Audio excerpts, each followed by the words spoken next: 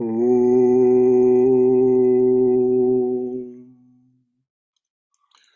Om.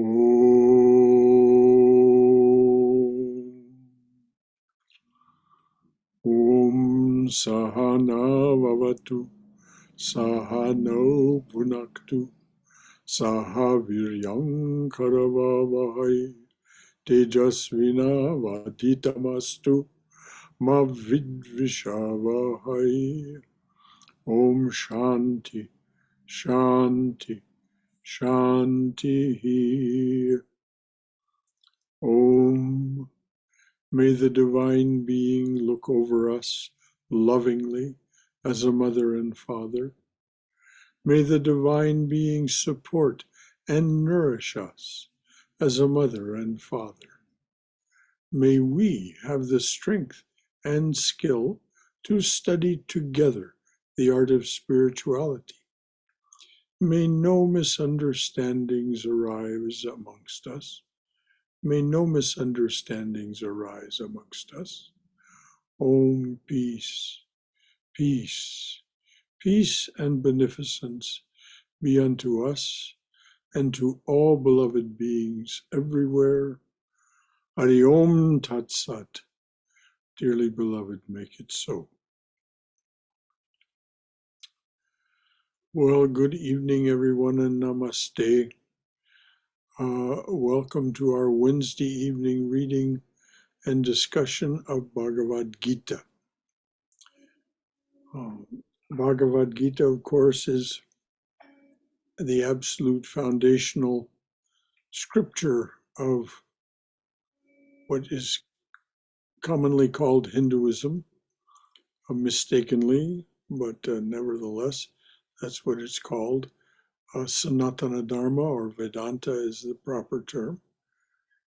But Bhagavad Gita is 700 verses of Sri Krishna's, well, somewhat less than 700 verses, since some of it is given over to Arjuna, but not very many verses expounding the whole of spiritual discipline in its many, many forms.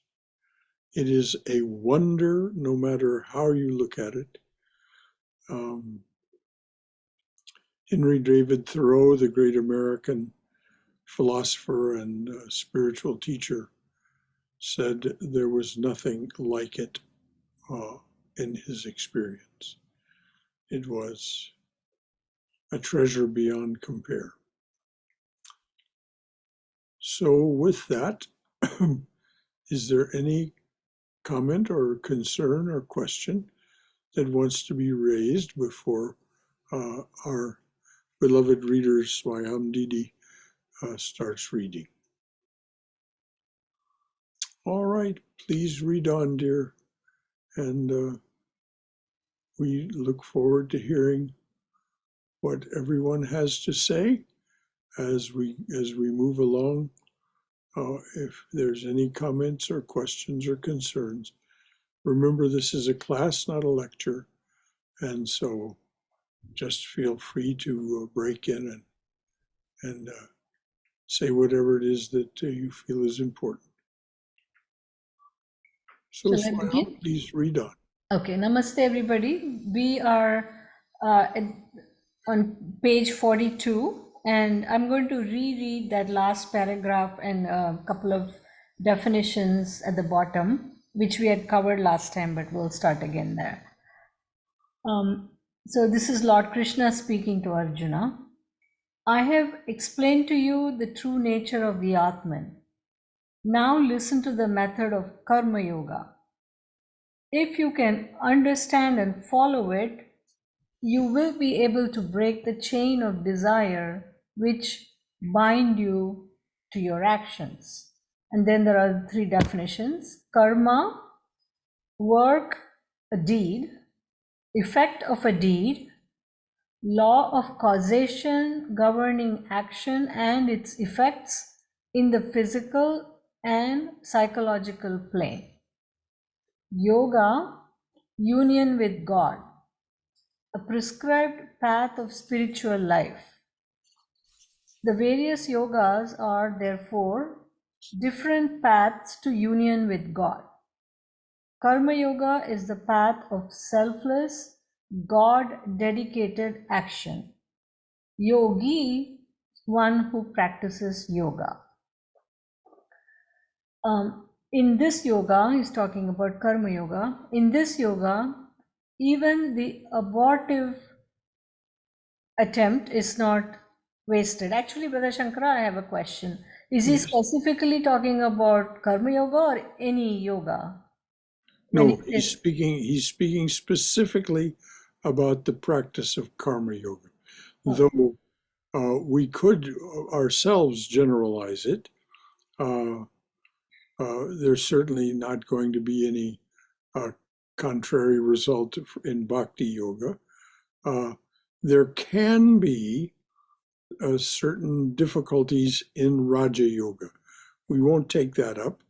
There can be some, if things aren't done correctly, you can end up, and Swami Prabhavananda brings this to our attention in his book, How to Know God. There are some difficulties. You can end up damaging your nervous system and being impaired, therefore.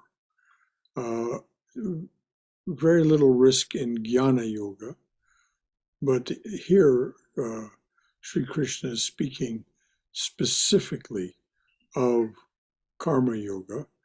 The reason being that Karma Yoga, he's setting it apart from Karma Kanda, which is the part of the Vedas that prescribe rites and rituals. Rites and rituals that can, if not performed correctly, produce a contrary result. They can produce a result 180 degrees from what you desired. We won't take that up. There's no reason to discuss it. We're not going to practice that kind of karma kanda. But Sri Krishna is therefore setting this apart from that aspect of the Vedas that is dedicated to rites and rituals that are meant to produce specific results and are usually the purview of priests. We can see karma kanda being practiced in any Sanatana Dharma temple, any temple of the Hindu people, anywhere in the world, you'll see priests practicing karma kanda, and very carefully and very thoughtfully. Thank you. Should I continue? Just read that again now that we've had that definition. Sure. In this yoga, even the abortive attempt is not wasted, nor can it produce a contrary result. Even a little practice of this yoga will save you from the terrible wheel of rebirth and death. And this is one of the great promises that Krishna makes in the Gita. He makes a number of promises that are in line with this, but this is one of the more powerful ones. Even a little practice of karma yoga, in other words, any real, sincere, determined, but not, you don't have to dedicate your whole life to it. Even a little practice of this yoga will save you from the terrible wheel of rebirth and death.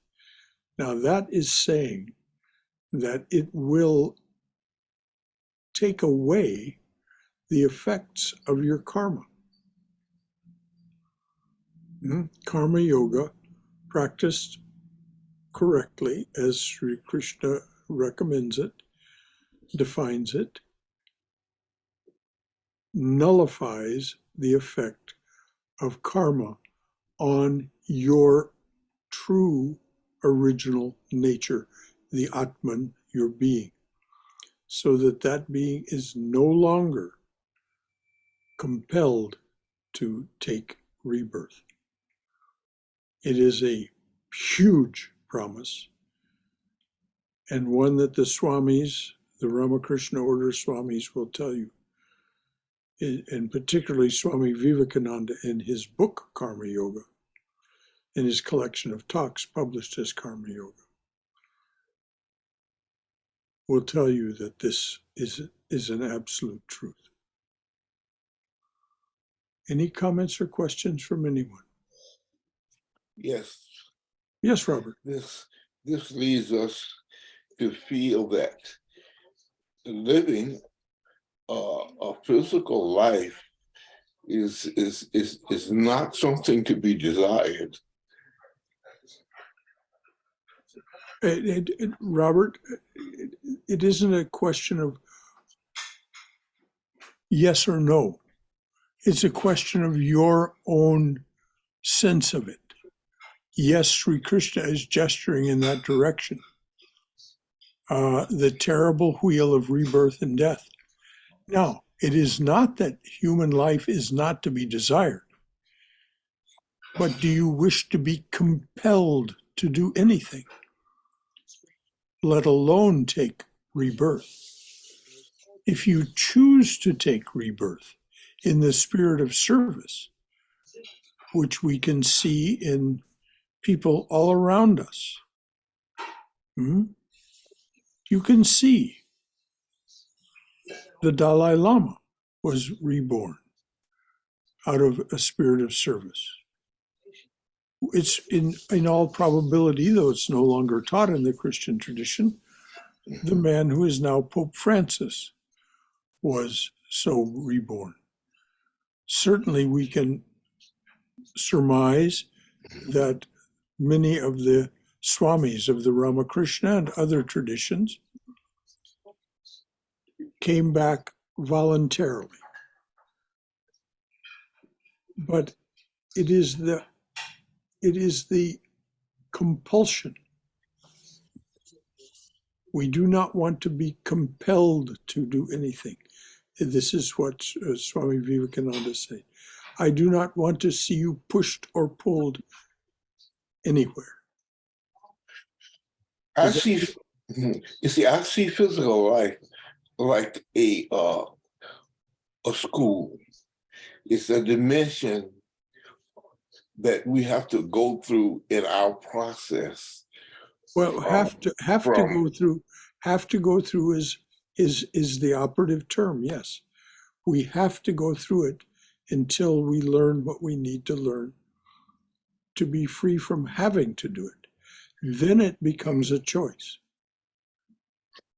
Yeah, well, I see it neither as a benefit nor as a negative. It's just a process, a necessary process in order to get to where we're going. And if we haven't achieved the goal of having the necessity of living a physical life, to be denied it, or I guess it's not being denied, I guess. No, it's not being denied. Yeah, it's not being denied. It's not being denied. It would seem to be a process that you would want to go through in order to get to that point of it not being necessary. Yes, precisely. Applause, Robert. That's exactly it. It is something that we experience, undergo, as Swami Vivekananda, one of the metaphors he used for it is a gymnasium. We build up the muscles of our minds and our spirits until we are no longer mastered by life, but we are the masters of life. And at that point, then, rebirth becomes a choice, not a compulsion. And we may do it in the spirit of service. This is, as I said, really eloquently described in the talks collected as Swami Vivekananda's book, Karma Yoga. He so eloquently describes the process of learning to be selfless action.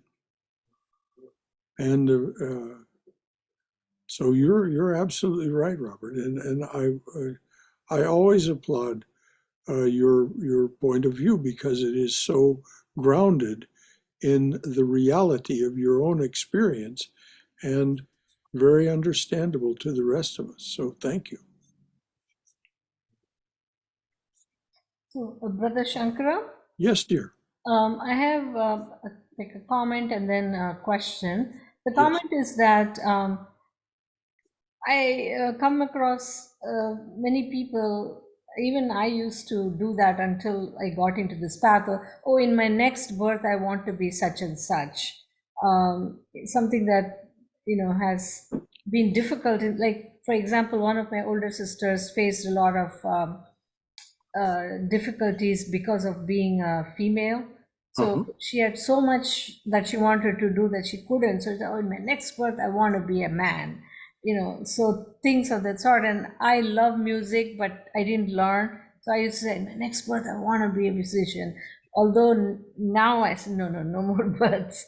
But so that was my comment, that there are people who still want to come back. Well, this is one of the purposes of the karma kanda mentioned earlier, that people do they pay priests to do rituals and rites for them that will result in a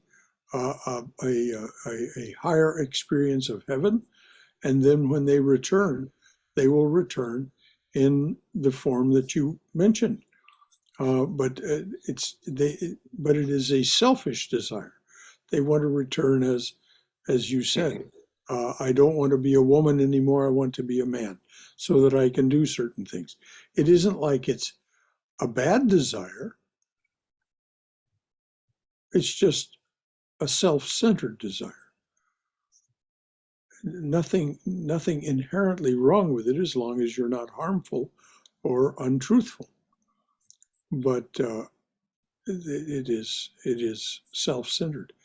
And so, as was discussed, the state to be achieved is that in which rebirth does not have to be purchased by rites and rituals, a certain kind of rebirth, because the kind of rebirth you're wishing for is not a self-centered one, but a life of service.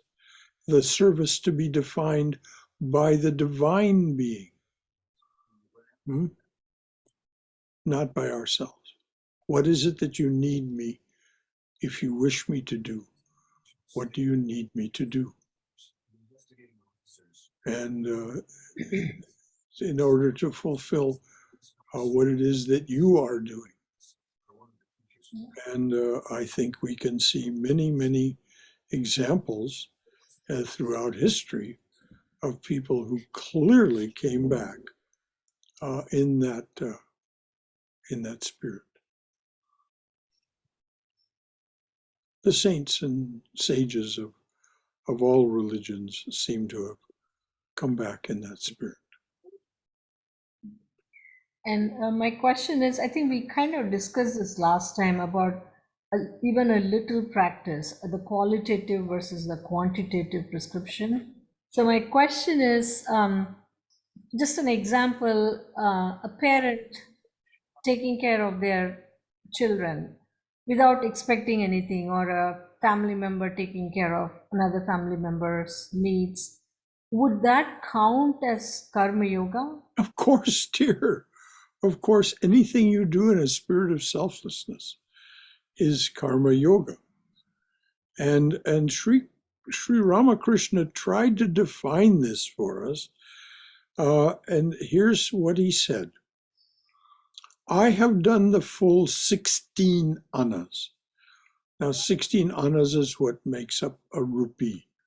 In the days that Sri Ramakrishna lived, a rupee was still 1 rupee was still a good deal of money. I have done the full 16 annas. You need only do 1/16.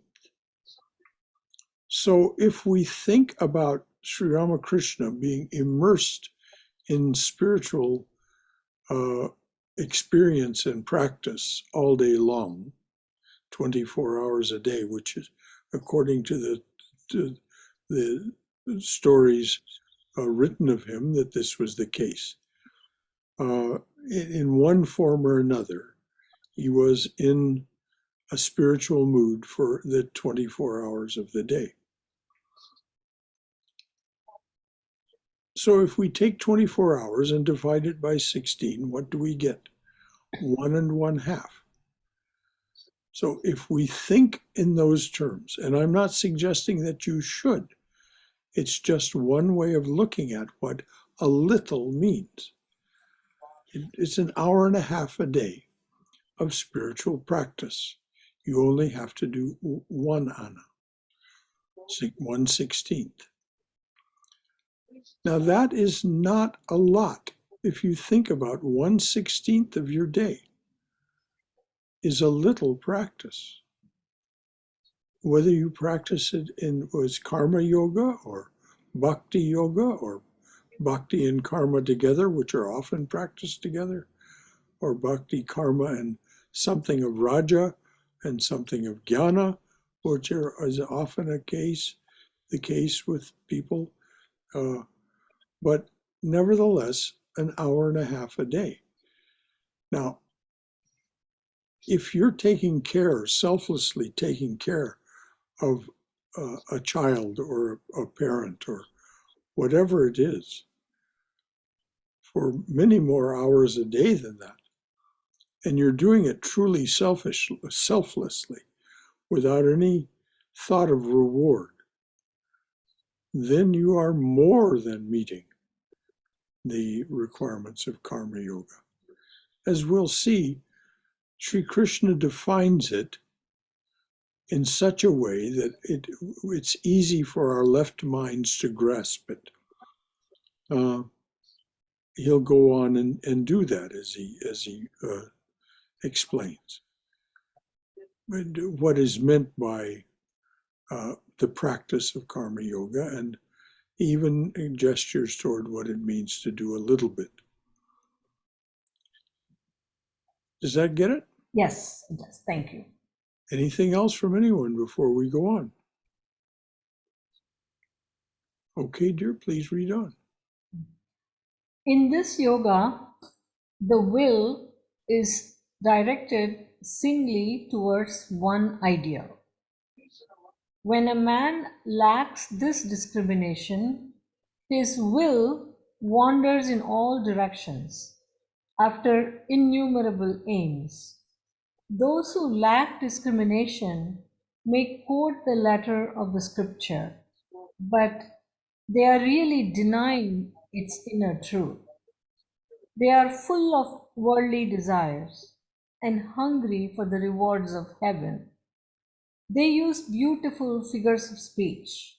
They teach elaborate rituals which are supposed to obtain pleasure and power for those who perform them.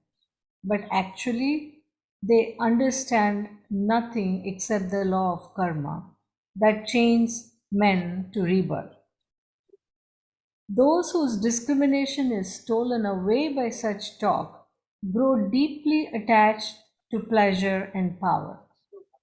And so they are unable to develop that concentration of the will which leads a man to absorption in God.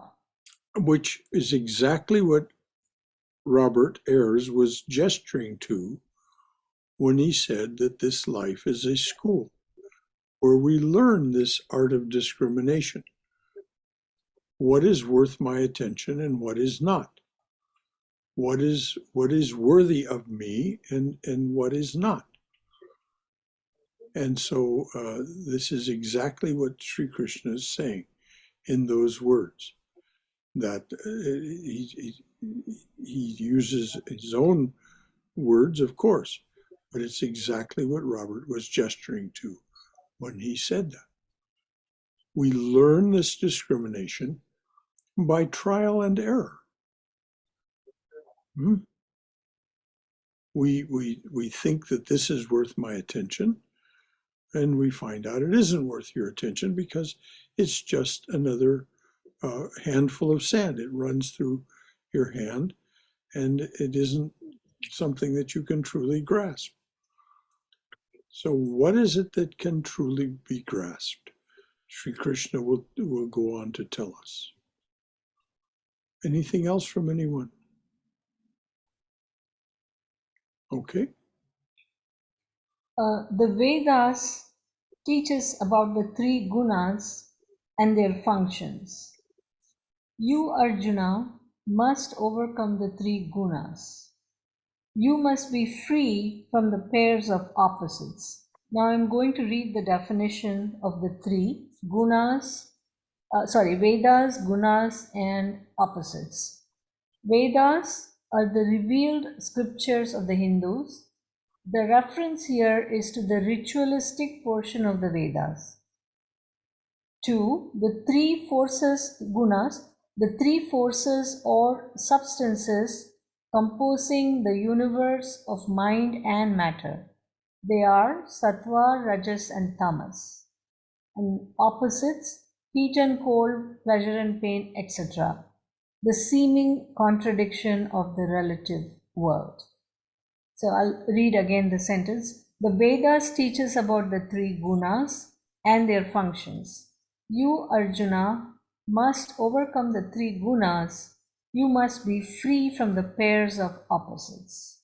In other words, you must be free from that which manifests the universe. You must be free from its compulsion to be attracted to it and bound to it. Again, as Robert said, there's nothing wrong with human life, but to be forced to it and to be bound to it by being helpless in the face of the three gunas. The three gunas, tamas is materialism, rajas is vanity, sattva is goodness. Goodness, materialism, and vanity. When we are prisoners of any of those, even goodness must ultimately be good and evil are a limitation. It isn't that we become free of doing the right thing. As Sri Ramakrishna says, as you progress, you become like an expert dancer. You cannot put a foot wrong. The reason being that you are moving in harmony with the intentions of the divine being and not the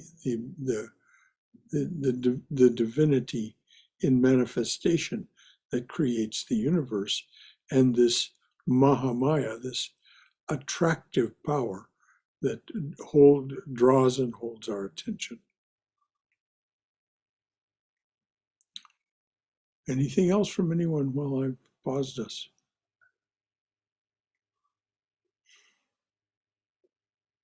All right, dears. Please read that last sentence and then move on there. You must be free from the pairs of opposites. Poise your mind in tranquility. Take care neither to acquire nor to hoard. Be established in the consciousness of the Atman always.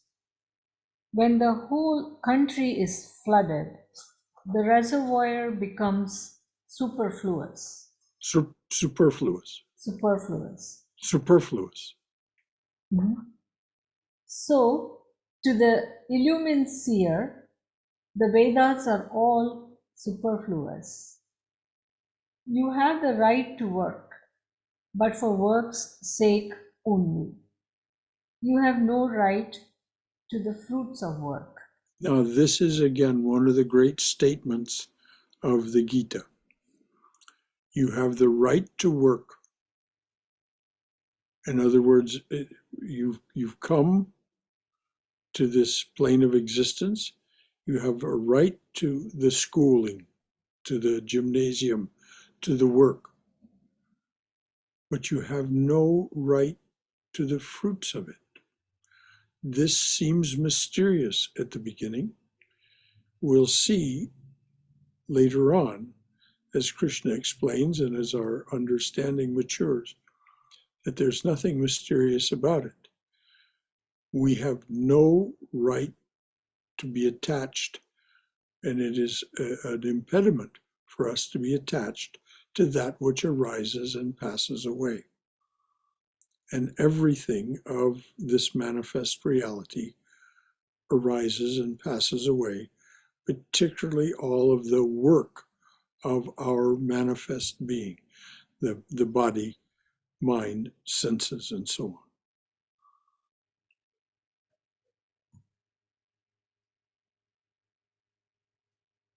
Okay, dear? Brother Shankara, I was just going to say that when I contemplate or hear different talks, and at least intellectually understand that I'm not the doer, because body, mind are all just the elements that are put together. So there is no, I'm really not the doer. I mean, how can I expect or take credit for anything when in reality I have not done anything? This is the mature point of view that I said you would get to as we pursue what Krishna teaches us and our understanding of it. That because I am not the doer, then of course I have no right to any of the doing or any of the fruits of the doing. As a matter of fact, I am not doing. I, the true I of I, is not doing anything. It's simply witnessing what is going on.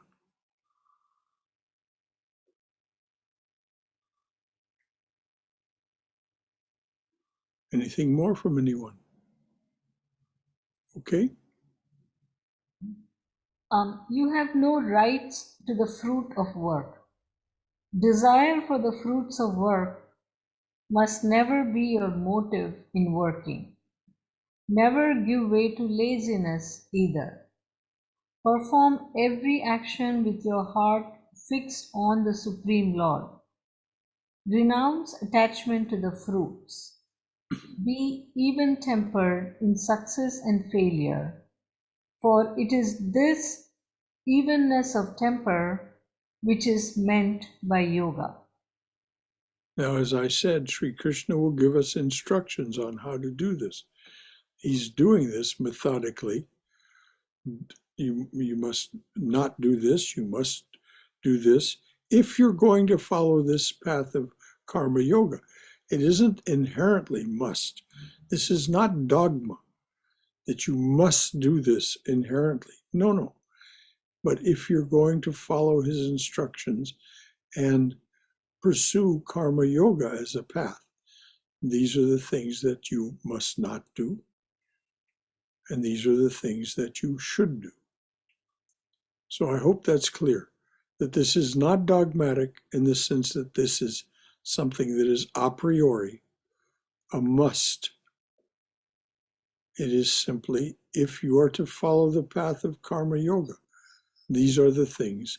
So read that again, please, with that in mind, that these are Sri Krishna's instructions. Read it from you have no right to the fruits of work. You have the right to work, but for work's sake only. You have no right to the fruits of work. Desire for fruits of work must never be your motive in working. Never give way to laziness either. Perform every action with your heart fixed on the Supreme Lord. Renounce attachment to the fruits. Be even-tempered in success and failure, for it is this evenness of temper which is meant by yoga. Work done with anxiety about results is far inferior to work done without such anxiety, in the calm of self-surrender. Seek Now, refuge. wait, let's just, in the calm of self-surrender,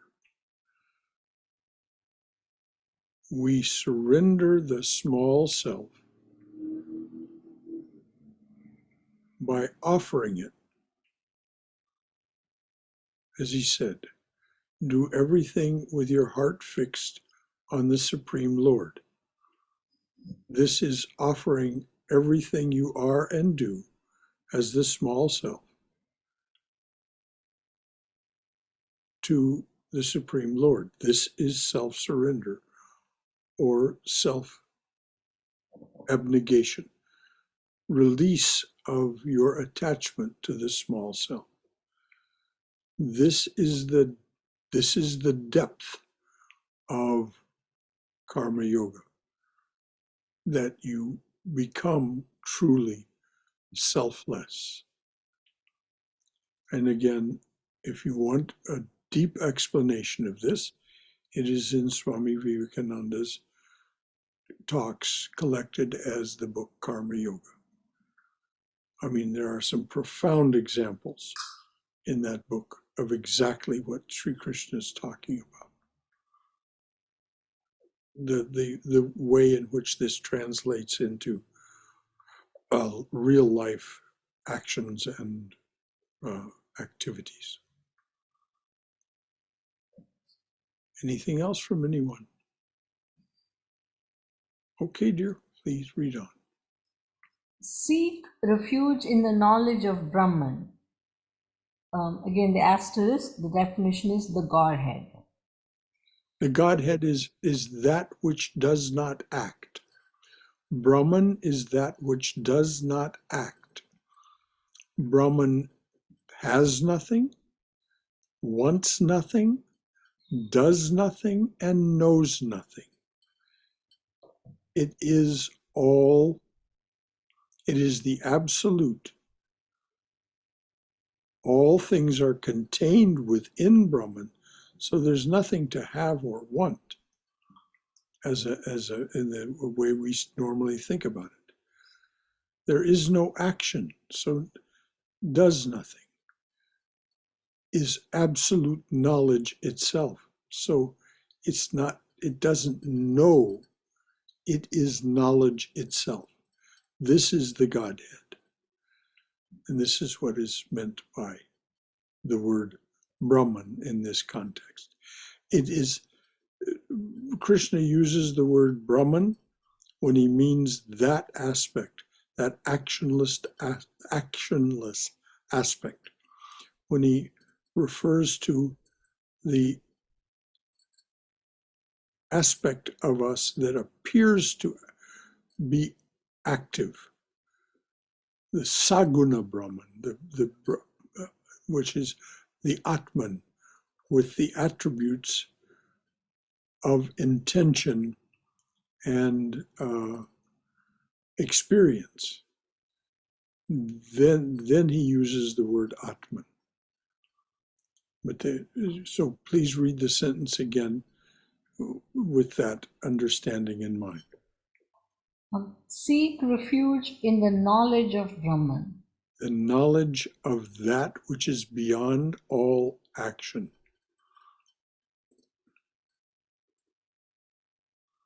Okay, dear? So here, when he says seek refuge in the knowledge of Brahman versus seek refuge in Brahman, that's, I guess, because Brahman is not, again, a thing. Yes, exactly. You can say seek refuge in Brahman.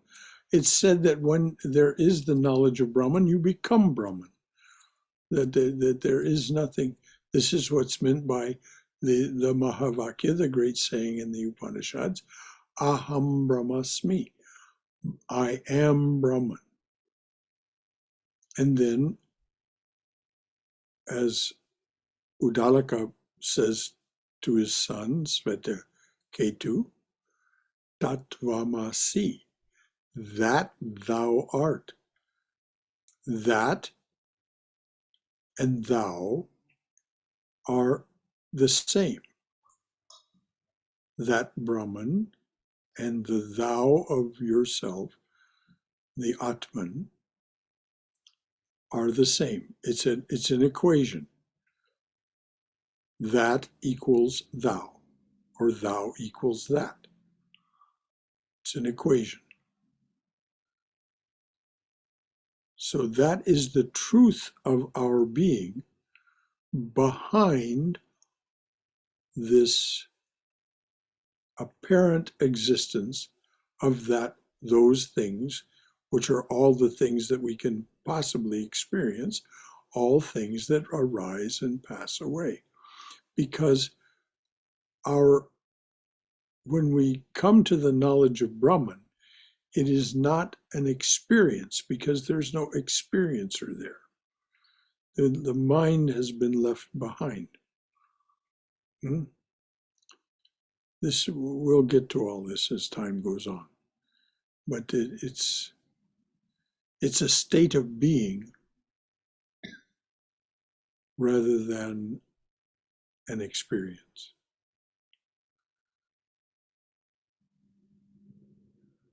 Okay. They who work selfishly for results are miserable. They who work selfishly for results are miserable. Categorical, and it's the same thing that the Buddha was pointing to when he said, life is suffering. Samsara dukkha, bitter experience of suffering.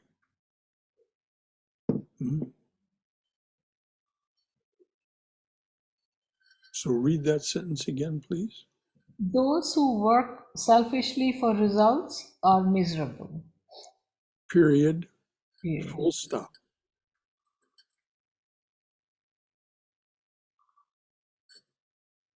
Okay. In the calm of self-surrender, you can free yourself from the bondage of virtue and vice during this very life. Devote yourself, therefore, to reaching union with Brahman.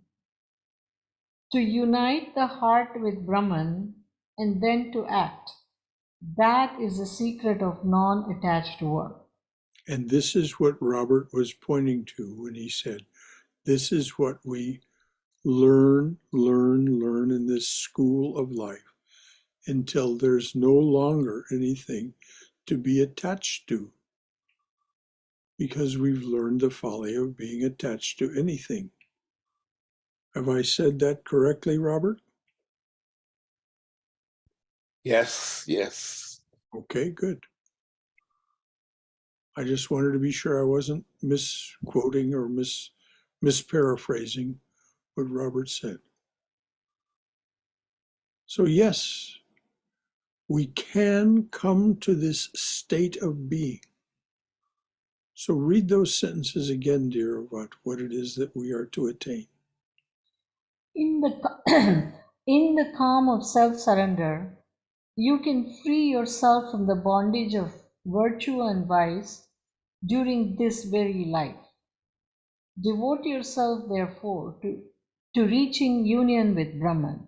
Union with. Notice that it does not say,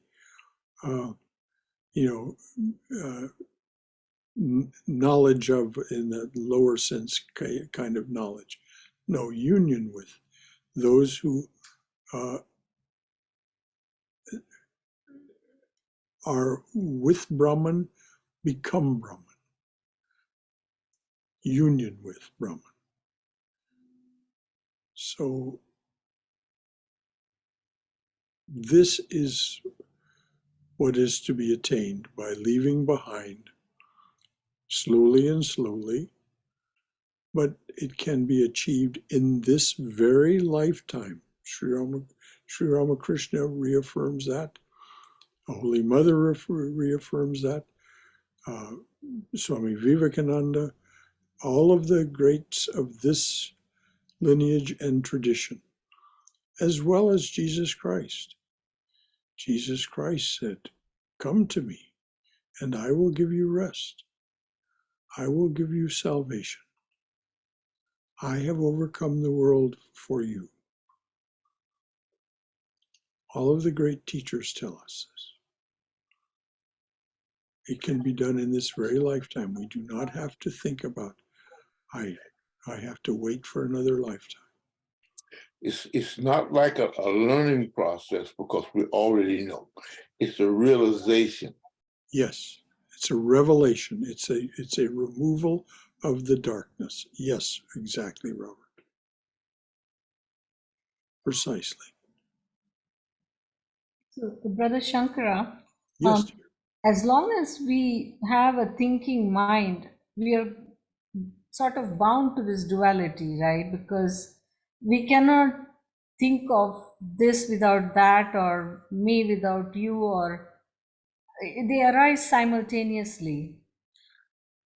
Yes, but this is what's meant by discriminating between that which is experiencing the mind, the body, the senses, and their activities, and the activities themselves. There is the experiencer, the Atman. This is the truth of your being. Then there is the mind, and as you say, it's going to go on. But as anyone who practices meditation for any length of time understands, as you practice meditation, you sink below the level of the thoughts. It isn't as if the thoughts cease. They go on. They slow. They come nearly to a stop. And when you achieve Savikalpa Samadhi, they all are absorbed in one great thought. But in the meantime, the thoughts and the breathing slow, and you have sunk below this. You are in a different realm altogether, one that is unknown to the mind, to the first three koshas, the Annamaya kosha, the gross body, the food body, the Pranamaya kosha, the vital energy body, and the Manamaya kosha. All three of these do not know anything about this other realm of what's inside. We don't begin to grasp it until we sink below those three, and we can see ourselves doing it. As we learn to practice contemplation, concentration, and meditation, we can see ourselves sinking through those three bodies or koshas. First the Annamaya kosha will begin to say to you, "What do I want for dinner?" And it's just, pay no attention to it. It's just quite natural that it's going to say that. And then the vital energy body will say, "No, don't have so much dinner as you've been having, because it slows you down and disturbs your sleep." And so the it chimes in. And then your mind says, "Oh, why are you arguing about these things? We'll just have our dinner when it's time." And the mind thinks its thoughts. But then we sink below all that through our practice, and we arrive at the buddhi, this discriminating power that can tell the difference between what's going on in those three outer shells of us and what's going on below that. And this is where we become selfless, is when we gain access to the buddhi, this discriminating power. As Robert said, it isn't something to be learned at that stage. It's something to be uncovered. And so the buddhi is uncovered, and we find that the buddhi, once it's no longer confused with it being involved with these three outer shells of us, identifies with the other, the inner the aspects of ourselves. The Anandamaya Kosha, the bliss body, that is the source of it is the reflection of the source of our being, which is within all of this and is the Atman.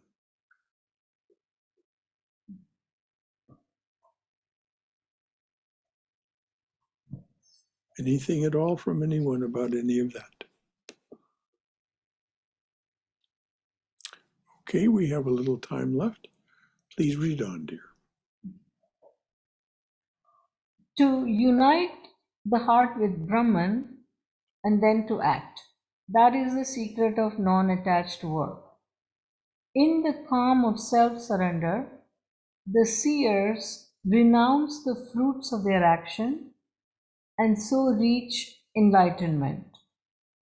Then they are free from the bondage of rebirth and pass to that state which is beyond all evil.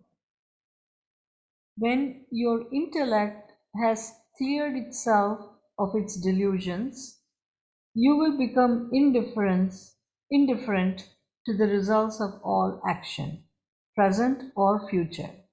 Now, this word indifferent is very, very instrumental here. It isn't that you aren't aware of it. You're aware of all of the actions of your body, your mind, your senses. It's simply that you don't care about them in the way that you cared about them before, when you thought that that was the reality.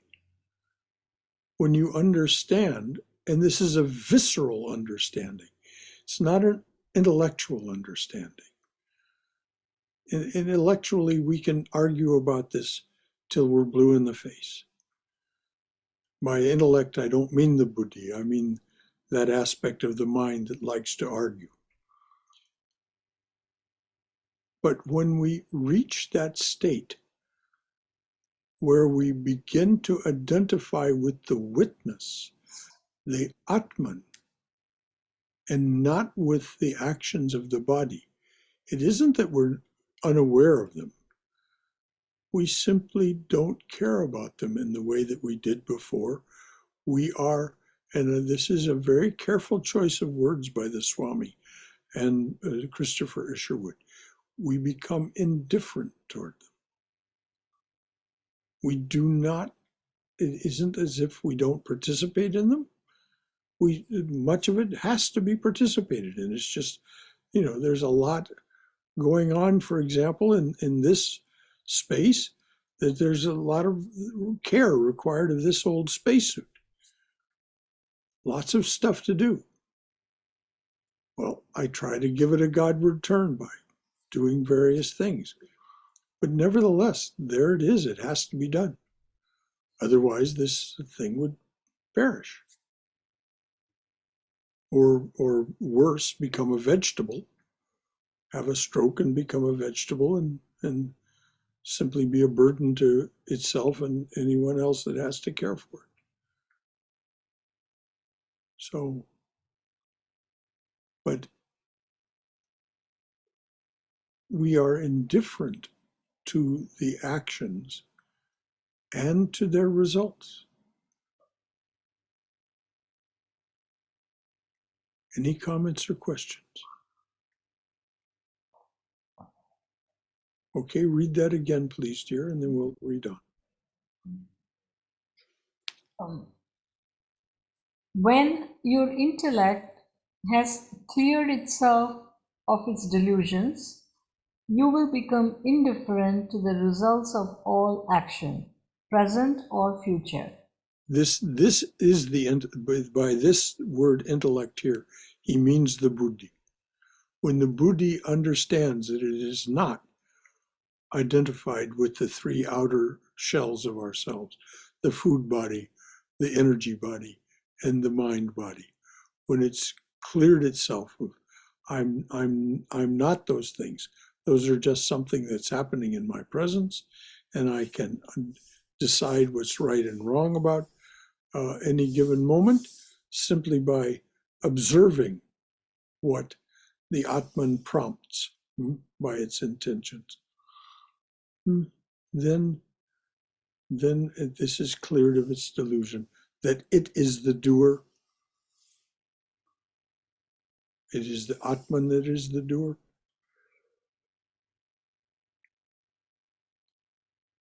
So then we're free.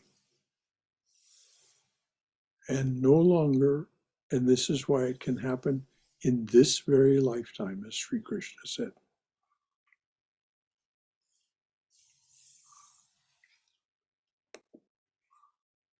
Okay.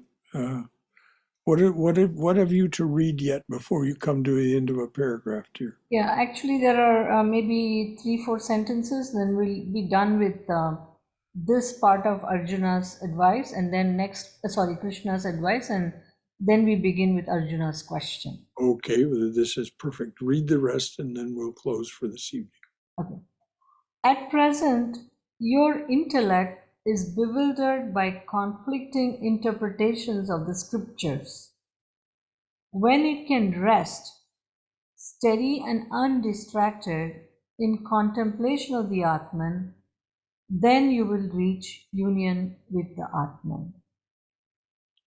Read those sentences again, please, because this is the definition of the goal of the spiritual practice period, but especially the method of karma yoga. At present, your intellect is bewildered by conflicting interpretations of the scriptures. Now, he's speaking directly to Arjuna here. If you remember, Arjuna said, is it this way or that way? Tell me, make it absolutely clear to me. And so this is Krishna saying, the reason you ask that question is you're bewildered by conflicting interpretations of the scriptures. And so Krishna says, here's the way it really is. So please read that again, dear. At present, your intellect is bewildered by conflicting interpretations of the scriptures. When it can rest, steady and undistracted in contemplation of the Atman, then you will reach union with the Atman. Notice it doesn't say in cooperation with the Atman. The Atman does not cooperate. When your intellect, your buddhi, contemplates this radiance that is shining from within you, this Anandamaya Kosha, this radiance of reflected glory of the truth of your being, when that your attention is directed inward rather than outward, then you reach union with the Atman. And it happens spontaneously. And when it happens, and that spontaneous moment occurs, that is what is called Savikalpa Samadhi. So Brother Shankara, when he says to Arjuna that Arjuna seems his intellect is bewildered by conflicting interpretations of the scriptures, what scriptures is he referring? Or if you go back to what Arjuna, the question that Arjuna asks him, you'll see. And when Arjuna is arguing that he shouldn't fight because the scriptures tell him you should be harmless, and on the other hand, the scriptures tell him you should follow your swadharma, you're a righteous warrior by birth. You should do this. But on the other hand, the scriptures say you should be harmless and you shouldn't kill anyone, let alone your loved ones and your relatives and so on.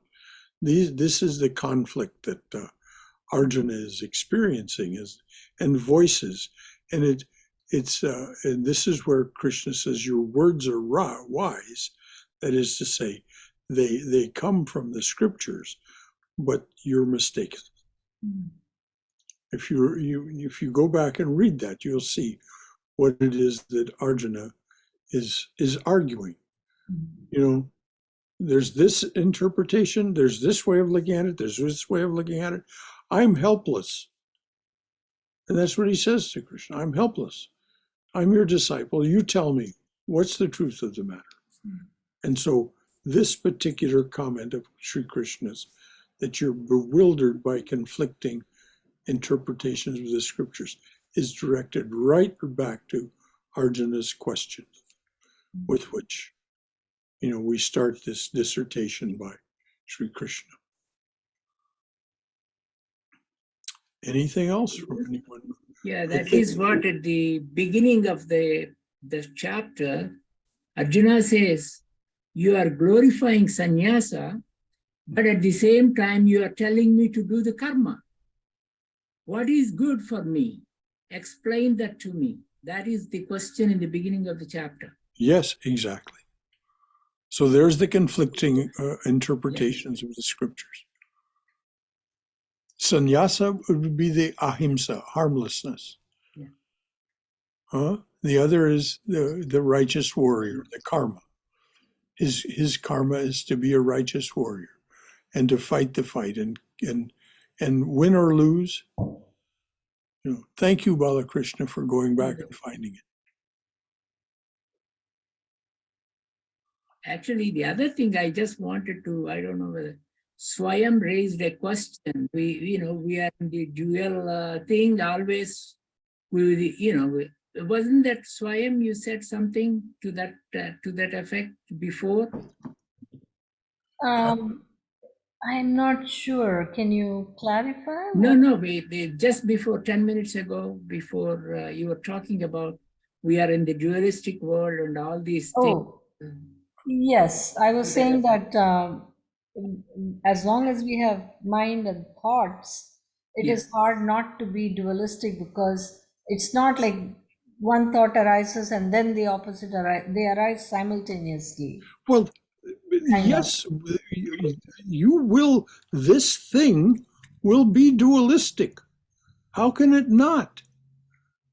Yes, this spacesuit and its first three koshas, its first three shells, are dualistic.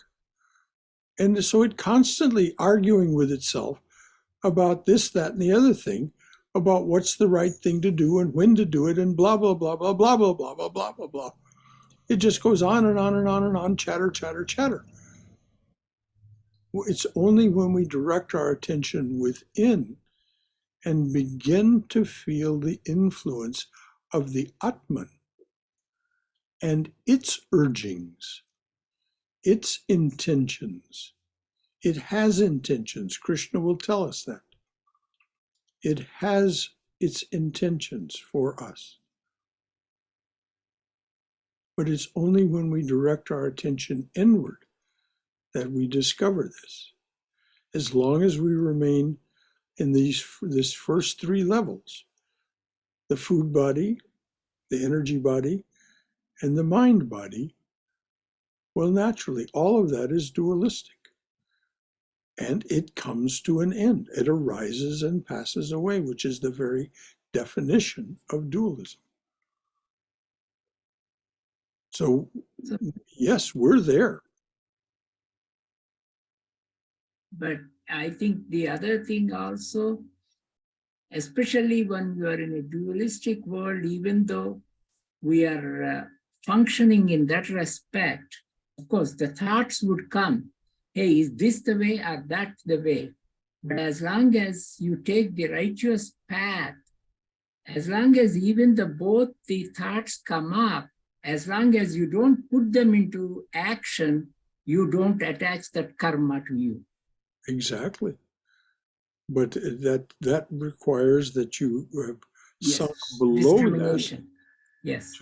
in meditation to where you are receiving the promptings of the Atman. And this is when Sri Ramakrishna says you become like an expert dancer that cannot put a foot wrong. Yes. Simply because there is no good or evil for that.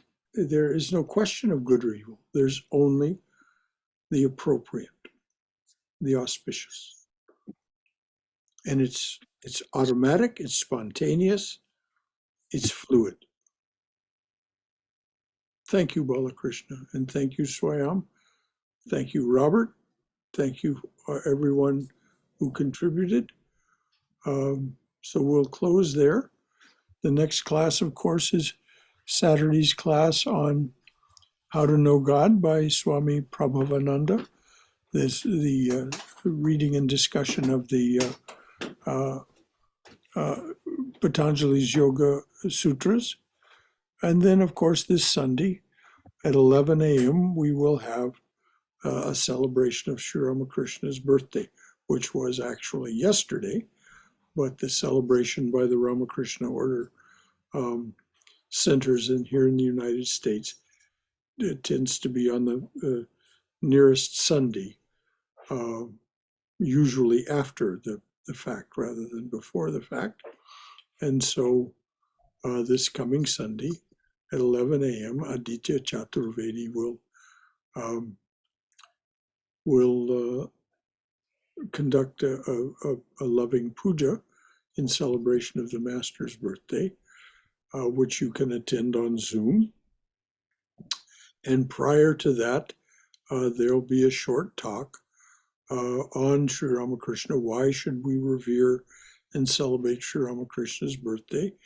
And that talk will revolve itself around the evening prayer, Breaker of this world's chain.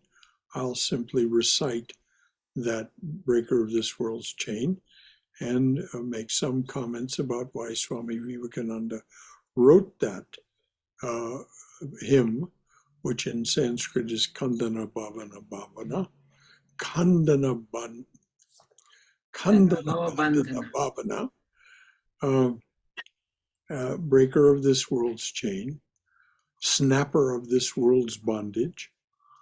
So I'll explain, at least from here, why it seems that Vivekananda wrote that and said what he said about Sri Ramakrishna and why we adore him. It's because, it's the hymn opens, Breaker of this chain, breaker of this world's chain, we adore thee. And so it explains then why we adore him. And in our adoration, it makes perfect sense to offer our loving celebration of his birthday in the formal puja, as Beta Aditya Chaturvedi will do. So that's the next couple of times we'll have an opportunity to get together. Anything further from anyone at all?